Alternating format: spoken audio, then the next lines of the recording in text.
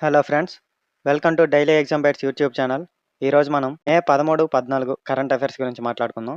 చాలా మంచి క్వశ్చన్స్ ఉన్నాయి. వీడియో లాస్ట్ వరకు చూడండి. ఫస్ట్ క్వశ్చన్: భారత జాతీయ కాంగ్రెస్ పార్టీ కేరళ తదుపరి ముఖ్యమంత్రిగా ఎవరిని ప్రకటించింది? కరెక్ట్ ఆన్సర్ చూడండి. ఆప్షన్ సి విడి సతీష్ అండి. విడి సతీష్ను భారత జాతీయ కాంగ్రెస్ పార్టీ కేరళ తదుపరి ముఖ్యమంత్రిగా ప్రకటించిందండి. ఆయన ఎర్నాకుళం జిల్లాలోని పారవూర్ అసెంబ్లీ నియోజకవర్గంకు ప్రాతినిధ్యం వహిస్తున్నారండి. 2026 కేరళ అసెంబ్లీ ఎన్నికల్లో కాంగ్రెస్ నేతృత్వంలోని యునైటెడ్ డెమోక్రాటిక్ ఫ్రంట్ యూడిఎఫ్ ఘన విజయం సాధించిందండి. మొత్తం 140 అసెంబ్లీ స్థానాల్లో యూడిఎఫ్ 102 స్థానాలు గెలుచుకుని స్పష్టమైన మెజారిటీతో అధికారంలోకి వస్తుందండి. సో క్వశ్చన్ ఏంటంటే ఏదండి, భారత జాతీయ కాంగ్రెస్ పార్టీ తదుపరి కేరళ ముఖ్యమంత్రిగా ఎవరిని ప్రకటించింది అంటే కరెక్ట్ ఆన్సర్ ఆప్షన్ సి విడి సతీష్ అండి. ఆయన ఎర్నాకుళం జిల్లాలోని పారవూర్ అసెంబ్లీ నియోజకవర్గంకు ప్రాతినిధ్యం వహిస్తున్నారండి. అయితే 2026 కేరళ అసెంబ్లీ ఎన్నికల్లో కాంగ్రెస్ నేతృత్వంలోని ఏది అండి యునైటెడ్ డెమోక్రటిక్ ఫ్రంట్ యూడిఎఫ్ ఘన విజయం సాధించిందండి. మొత్తం 140 అసెంబ్లీ స్థానాల్లో యూడిఎఫ్ 102 స్థానాలు గెలుచుకుని స్పష్టమైన మెజార్టీతో అధికారంలోకి వచ్చిందండి. ఓకేనా. Next question: Ahmedabad Dholera semi high speed rail ప్రాజెక్టుకు ప్రణాళిక చేసిన ఆపరేటింగ్ వేగం ఎంత? కరెక్ట్ ఆన్సర్ చూడండి. ఆప్షన్ డి 200 km/h అండి. ఈ ప్రాజెక్ట్ మొత్తం వ్యయం 20,667 కోట్లండి. ఈ రైలు కారిడార్ మొత్తం పొడవు సుమారు 134 కిలోమీటర్లండి. ఈ ప్రాజెక్ట్ 2030-31 నాటికి పూర్తి చేయాలని లక్ష్యంగా పెట్టుకున్నారండి. అయితే ఇది భారత రైల్వేలు స్వదేశీ సాంకేతికతో అభివృద్ధి చేస్తున్న తొలి సెమీ హై స్పీడ్ రైల్ ప్రాజెక్టుగా ప్రత్యేక గుర్తింపు పొందిందండి. ఓకేనా. సో క్వశ్చన్ ఏంటంటే ఏదండి, Ahmedabad Dholera semi high speed rail ప్రాజెక్టుకు ప్రణాళిక చేసిన ఆపరేటింగ్ వేగం ఎంత అంటే correct answer option D 200 km/h అండి. అయితే ఈ ప్రాజెక్ట్ మొత్తం వ్యయం ఎంత? 20,667 కోట్లు. మొత్తం ఎంత పొడవు ఉంది కిలోమీటర్లు అంటే ఈ కారిడార్ 134 కిలోమీటర్లు అండి. అయితే ఎప్పటికి లక్ష్యంగా పెట్టుకున్నారంటే 2030-31 నాటికి లక్ష్యంగా పెట్టుకున్నారండి. అయితే భారతీయ రైల్వేలు స్వదేశీ సాంకేతికతో అభివృద్ధి చేస్తున్న తొలి సెమీ హై స్పీడ్ రైల్ ప్రాజెక్టుగా ప్రత్యేక గుర్తింపు పొందిందండి ఇది. ఓకేనా. నెక్స్ట్ క్వశ్చన్: 2026లో మేలో పుదుచ్చేరి ముఖ్యమంత్రిగా రికార్డు స్థాయి 5వసారి ప్రమాణ స్వీకారం చేసిన నాయకుడు ఎవరు? కరెక్ట్ ఆన్సర్ చూడండి. ఆప్షన్ డి ఎన్ రంగస్వామి అండి. ఎన్ రంగస్వామి పుదుచ్చేరి ముఖ్యమంత్రిగా రికార్డు స్థాయిలో 5వసారి ప్రమాణ స్వీకారం చేశారండి. ఆయన ఆల్ ఇండియా ఎన్ఆర్ కాంగ్రెస్ ఏఐఎన్ఆర్సి పార్టీకి చెందిన నాయకుడండి. ఈ ప్రమాణ స్వీకారం కార్యక్రమంలో లెఫ్టినెంట్ గవర్నర్ కె కైలాసనాథన్ ఆయనకు ప్రమాణ స్వీకారం చేయించారండి. ఈ విజయంతో పుదుచ్చేరిలో ఆయన రాజకీయ ఆధిపత్యాన్ని మరోసారి నిరూపించారండి. సో క్వశ్చన్ ఏంటంటే ఏదండి, మేలో పుదుచ్చేరి ముఖ్యమంత్రిగా రికార్డ్ స్థాయిలో ఎన్నోసారండి 5వసారి ప్రమాణ స్వీకారం చేసిన నాయకుడు ఎవరు అంటే కరెక్ట్ ఆన్సర్ ఆప్షన్ డి ఎన్ రంగస్వామి అండి. ఈయన ఏ పార్టీ అండి? ఆల్ ఇండియా ఎన్ఆర్ కాంగ్రెస్ పార్టీకి చెందిన నాయకుడండి. అయితే ఆయన చేత ప్రమాణ స్వీకారం ఎవరండి? అక్కడ లెఫ్టినెంట్ గవర్నర్ కె కైలాసనాథన్ చేయించారండి. ఓకేనా. నెక్స్ట్ క్వశ్చన్: 2026 మే 14, 15 తేదీల్లో భారతదేశంలో జరగనున్న 18వ బ్రిక్స్ సదస్సుకు ఆతిథ్యం ఇవ్వనున్న వేదిక ఏది అంటే correct answer option B Bharat Mandapam అండి. 18వ బ్రిక్స్ సమ్మిట్ను భారత మండపం వేదికగా నిర్వహించనున్నారండి. ఈ సదస్సు యొక్క 2026 థీమ్ ఏంటంటే building for resilience, innovation, cooperation and సస్టైనబిలిటీగా నిర్ణయించారండి. ఈ సమావేశాలకు భారత విదేశాంగ మంత్రి ఎవరండి? డాక్టర్ ఎస్ జయశంకర్ అధ్యక్షత వహిస్తున్నారండి. ప్రస్తుతం మంత్రిత్వ స్థాయి సమావేశాలు జరుగుతుండగా ప్రధాన బ్రిక్స్ లీడర్స్ సమ్మిట్ 2026 సెప్టెంబర్లో ఇదే వేదికపై జరగనుందండి. ఓకేనా. సో గుర్తుంచుకోవాలి. క్వశ్చన్ ఏంటంటే ఎప్పుడు 2026 మే 14, 15 తేదీల్లో భారతదేశంలో జరగనున్న 18వ బ్రిక్స్ సదస్సుకు ఆతిథ్యం ఇవ్వనున్న వేదిక ఏది అంటే correct answer option B Bharat Mandapam అండి. సదస్సు యొక్క 2026 థీమ్ ఏంటంటే building for resilience, innovation, cooperation and సస్టైనబిలిటీగా నిర్ణయించారండి. ఓకేనా. అయితే ఈ సమావేశాలకు భారత విదేశాంగ మంత్రి ఎవరండి? డాక్టర్ ఎస్ జయశంకర్ అధ్యక్షత వహిస్తున్నారండి. అయితే ఇప్పుడు జరుగుతున్నది మంత్రిత్వ స్థాయి సమావేశాలు జరుగుతుండగా ప్రధాన బ్రిక్స్ లీడర్స్ సమ్మిట్ మాత్రం ఎప్పుడు 2026 సెప్టెంబర్లో ఇదే వేదికపై జరుగుతుందండి. ఓకేనా. నెక్స్ట్ క్వశ్చన్: 2026-30 కాలానికి కోస్టారికా 2వ మహిళా అధ్యక్షురాలిగా ఇటీవల ఎవరు ప్రమాణ స్వీకారం చేశారు? కరెక్ట్ ఆన్సర్ చూడండి. ఆప్షన్ ఏ లౌరా వర్జీనియా అండి. ఆమె కోస్టారికా 50వ అధ్యక్షురాలిగా కూడా నిలిచారండి. ఈ ప్రమాణ స్వీకార కార్యక్రమం రాజధాని ఏదండి? శాన్ జోస్‌లోని నేషనల్ స్టేడియంలో జరిగిందండి. మాజీ అధ్యక్షుడు ఎవరండి? రోడ్రిగో చావ్స్. ఆమె మంత్రివర్గంలో మినిస్టర్ ఆఫ్ ఫైనాన్స్ మరియు మినిస్ట్రీ ఆఫ్ ది ప్రెసిడెన్స్‌గా నియమితులయ్యారండి. ఓకేనా? సో, క్వెషన్ ఏంటంటే కాలం ఏదండి? 2026-30 కాలానికి ఏదండి? కోస్టారికా 2వ మహిళా అధ్యక్షురాలిగా ఇటీవల ఎవరు ప్రమాణ స్వీకారం చేశారు అంటే correct answer option A Laura Virginia అండి. అయితే ఆమె కోస్టారికా యొక్క 50వ అధ్యక్షురాలిగా కూడా నిలిచారండి. అయితే ఈ ప్రమాణ స్వీకార కార్యక్రమం ఎక్కడండి? రాజధాని శాన్ జోస్‌లోని నేషనల్ స్టేడియంలో జరిగిందండి. అయితే మాజీ అధ్యక్షుడు రోడ్రిగో చావ్స్ ఆమె మంత్రివర్గంలో మినిస్ట్రీ ఆఫ్ ఫైనాన్స్ మరియు మినిస్ట్రీ ఆఫ్ ప్రెసిడెన్సీగా నియమితులయ్యారండి. ఓకేనా? Next question. భారత్‌లో పెట్టుబడుల భవిష్యత్తు మరియు వ్యాపార సౌలభ్యాన్ని పెంపొందించేందుకు గరుడ కార్యక్రమాన్ని ఏ నియంత్రణ సంస్థ ప్రతిపాదించింది? కరెక్ట్ ఆన్సర్ చూడండి. ఆప్షన్ సి సెబీ అండి. భారత పెట్టుబడి రంగాన్ని బలోపేతం చేయడానికి సెబీ ఏదండి? గరుడ అనే కార్యక్రమాన్ని ప్రతిపాదించిందండి. ఈ కార్యక్రమం యొక్క ప్రధాన లక్ష్యం ఏంటంటే ఆల్టర్నేటివ్ ఇన్వెస్ట్మెంట్ ఫండ్స్ సమర్పించే ప్లేస్మెంట్ మెమోరాండమ్స్ ప్రాసెసింగ్‌ను వేగవంతం చేయడం అండి. దీంతో సాధారణంగా ఏఐఎఫ్ స్కీమ్స్ ప్రారంభానికి అవసరమైన వెయిటింగ్ పీరియడ్‌ను 30 రోజుల నుండి 10 దినాలకు తగ్గిస్తున్నారండి.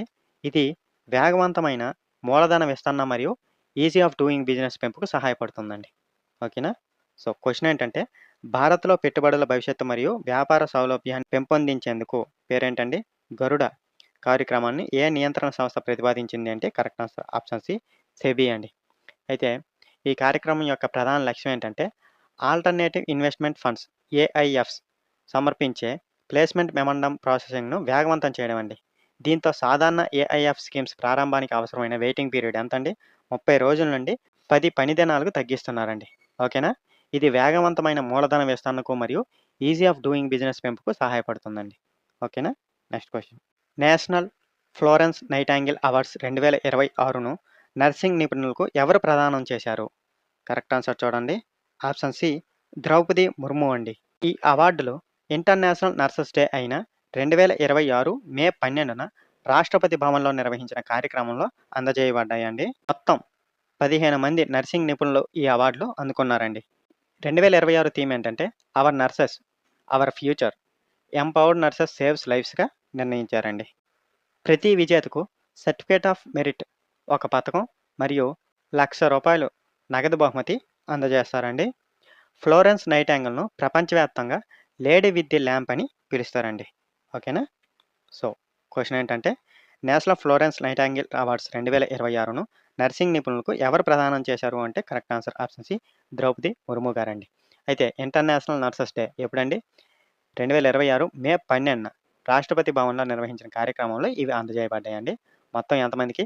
15 మందికి నర్సింగ్ నిపుణులకు ఈ అవార్డులు అందుకున్నారండి. 2026 థీమ్ ఏంటంటే our nurses our future empowered nurses saves లైఫ్స్‌గా నిర్ణయించారండి. ప్రతి విజేతకు ఏమంటే సర్టిఫికేట్ ఆఫ్ మెరిట్, ఒక పతకం మరియు రూ. 1,00,000 నగదు బహుమతి అందజేశారండి. అయితే ఫ్లోరెన్స్ నైటింగేల్‌ను ప్రపంచవ్యాప్తంగా ఏమని పిలుస్తారండి? లేడీ విత్ ది ల్యాంప్ అని పిలుస్తారండి. ఓకేనా? Next question. The bench, the bar and the bizarre మరియు the lawful and the awful పుస్తకాల రచయిత ఎవరు? కరెక్ట్ ఆన్సర్ చూడండి. ఆప్షన్ బి తుషార్ మెహతా అండి. ఆయన ప్రస్తుతం భారత సొలిసిటర్ జనరల్‌గా సేవలందిస్తున్నారండి.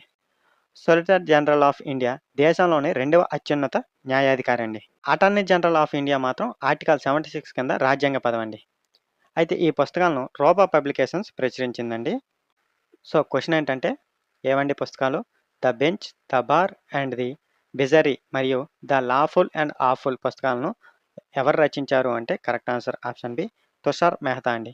ఎవరండి ఈయన అంటే ఈయన ప్రస్తుతం మన భారత సొలిసిటర్ జనరల్‌గా సేవలందిస్తున్నారండి. ఈ సొలిసిటర్ జనరల్ ఆఫ్ ఇండియా దేశంలోని 2వ అత్యున్నత న్యాయాధికారి అండి. అయితే మొదట ఎవరు అంటే అటార్నీ జనరల్ ఆఫ్ ఇండియా అండి. ఆర్టికల్ 76 కింద రాజ్యాంగ పదవండి అది. అయితే ఈ పుస్తకాలను ఎవరు ప్రచురించారంటే రోబా పబ్లికేషన్స్ అండి. ఓకేనా? Next question. ఇటీవల ఉగాండా అధ్యక్షుడిగా వరుసగా 7వసారి ప్రమాణ స్వీకారం చేసిన నాయకుడు ఎవరు? కరెక్ట్ ఆన్సర్ చూడండి. ఆప్షన్ డి యోవెరీ ముసావేని అండి. యోవరీ ముసావేని ఉగాండా అధ్యక్షుడిగా వరుసగా 7వ సారి ప్రమాణ స్వీకారం చేశారండి. ఈ ప్రమాణ స్వీకార కార్యక్రమం ఉగాండా రాజధాని కంపాలాలో జరిగిందండి. ఉగాండా తూర్పు ఆఫ్రికాలో ఉన్న దేశమండి. 1986 నుండి అధికారంలో ఉన్న ముసావేని ఈ కొత్త 5 ఏళ్ల పదవీ కాలంతో 40 సంవత్సరాలకు పైగా దేశాన్ని పాలించిన నాయకుడిగా నిలిచారండి. దీంతో ఆయన ఆఫ్రికాలో అత్యంత కాలం పాలించిన నాయకుల్లో ఒకరిగా కొనసాగుతున్నారండి. సో క్వశ్చన్ ఏంటంటే ఏదండి కంట్రీ? ఉగాండా అధ్యక్షుడిగా వరుసగా ఎన్నోసారి అండి? 7వ సారి ప్రమాణ స్వీకారం చేసిన నాయకుడు ఎవరు అంటే correct answer option D Yoweri Museveni అండి. అయితే ఈ ప్రమాణ స్వీకారం కార్యక్రమం ఎక్కడ జరిగిందంటే ఉగాండా రాజధాని కంపాలాలో జరిగిందండి. అయితే ఈ ఉగాండా ఎక్కడుందంటే తూర్పు ఆఫ్రికాలో ఉన్న దేశం అండి. అయితే ఎప్పటి నుంచి అండి? 1986 నుండి అధికారంలో ఉన్న ముసావేని ఈ కొత్త 5 ఏళ్ల పదవీ కాలంతో 40 సంవత్సరాలకు పైగా దేశాన్ని పాలించిన నాయకుడిగా నిలిచారండి. దీంతో ఆయన ఆఫ్రికాలో అత్యంత కాలం పాలించిన నాయకుల్లో ఒకరిగా కొనసాగుతున్నారండి. ఓకేనా? Next question. ప్రధానమంత్రి Narendra Modi art of living సంస్థ యొక్క ధ్యాన్ మందిర్‌ను ఏ నగరంలో ప్రారంభించారు? కరెక్ట్ ఆన్సర్ చూడండి. ఆప్షన్ ఏ బెంగుళూరు అండి. ఈ కార్యక్రమం ఆర్ట్ ఆఫ్ లివింగ్ ఫౌండేషన్ 45వ వార్షికోత్సవ సందర్భంలో జరిగిందండి. ఆర్ట్ ఆఫ్ లివింగ్ సంస్థను ఆధ్యాత్మిక గురువు శ్రీ శ్రీ రవిశంకర్ స్థాపించారండి. ఈ కార్యక్రమం శ్రీ శ్రీ రవిశంకర్ 70వ జన్మదినోత్సవ వేడుకలతో కూడి నిర్వహించబడుతుందండి. ఓకేనా? సో క్వశ్చన్ ఏంటంటే ఎవరండి? ప్రధానమంత్రి Narendra Modi art of living సంస్థ యొక్క ఏదండి ధ్యాన్ మందిర్‌ను ఏ నగరంలో ప్రారంభించారు అంటే correct answer option A Bengaluru అండి. ఈ కార్యక్రమం ఆర్ట్ ఆఫ్ లివింగ్ ఫౌండేషన్ యొక్క ఎన్నవదండి 45వ వార్షికోత్సవ సందర్భంగా జరిగిందండి. అయితే ఈ ఆర్ట్ ఆఫ్ లివింగ్ సంస్థను ఎవరు స్థాపించారు అంటే ఆధ్యాత్మిక గురువు శ్రీ శ్రీ రవిశంకర్ స్థాపించారండి. అయితే ఈ కార్యక్రమం శ్రీ శ్రీ రవిశంకర్ 70వ జన్మదిన వేడుకలతో కూడి నిర్వహించబడుతుందండి. ఓకేనా? Next question. భారతదేశపు యూపీఐ ప్లాట్ఫామ్ డిజిలాకర్ మరియు గవర్నమెంట్ ఈ మార్కెట్ ప్లేస్‌ను స్వీకరించిన తొలి కరీబియన్ దేశం ఏది? కరెక్ట్ ఆన్సర్ చూడండి. ఆప్షన్ బి ట్రినిడాడ్ మరియు టొబాగో అండి. ఈ దేశ రాజధాని పోర్ట్ ఆఫ్ స్పెయిన్ అండి. ఈ పరిణామం విదేశాంగ మంత్రి డాక్టర్ ఎస్ జయశంకర్ చేసిన 2 రోజుల దౌత్య పర్యటన సమయంలో ముఖ్యంగా వెలుగులోకి వచ్చిందండి. ఈ చర్య ద్వారా భారత్ యొక్క డిజిటల్ పబ్లిక్ ఇన్‌ఫ్రాస్ట్రక్చర్‌ను అంతర్జాతీయ స్థాయిలో విస్తరించడానికి మరో ముందడుగు పడిందండి. సో క్వశ్చన్ ఏంటంటే భారతదేశపు యూపీఐ ప్లాట్ఫామ్ ఏవండి డిజిలాకర్ మరియు గవర్నమెంట్ ఈ మార్కెట్ ప్లేస్ స్వీకరించిన తొలి కరేబియన్ దేశం ఏది అంటే కరెక్ట్ ఆన్సర్ ట్రినిడాడ్ మరియు టొబాగో అండి. డాక్టర్ ఎస్ జయశంకర్ చేసిన 2 రోజుల దౌత్య పర్యటన సమయంలో ముఖ్యంగా వెలుగులోకి వచ్చిందండి. ఈ చర్య ద్వారా భారత్ యొక్క డిజిటల్ పబ్లిక్ ఇన్‌ఫ్రాస్ట్రక్చర్‌ను అంతర్జాతీయ స్థాయిలో విస్తరించడానికి మరో ముందడుగు పడిందండి. క్విజ్ ఆఫ్ ది డే అండి. మనం ఆల్రెడీ దీని గురించి డిస్కస్ చేసాం. ఆన్సర్ తెలిస్తే కింద కామెంట్ రూపంలో తెలియజేయండి. 2026లో కోస్టారికా 50వ అధ్యక్షురాలిగా ఎవరు బాధ్యతలు చేపట్టారు? కరెక్ట్ ఆన్సర్ తెలిస్తే కింద కామెంట్ రూపంలో తెలియజేయండి. ఈ వీడియో ఉపయోగపడితే లైక్ చేయండి. అలాగే మీ ఫ్రెండ్స్‌కి కూడా షేర్ చేయండి. ఇలాంటి కరెంట్ అఫైర్స్ కోసం మా ఛానల్‌ని సబ్స్క్రైబ్ చేయండి. Thank you for watching.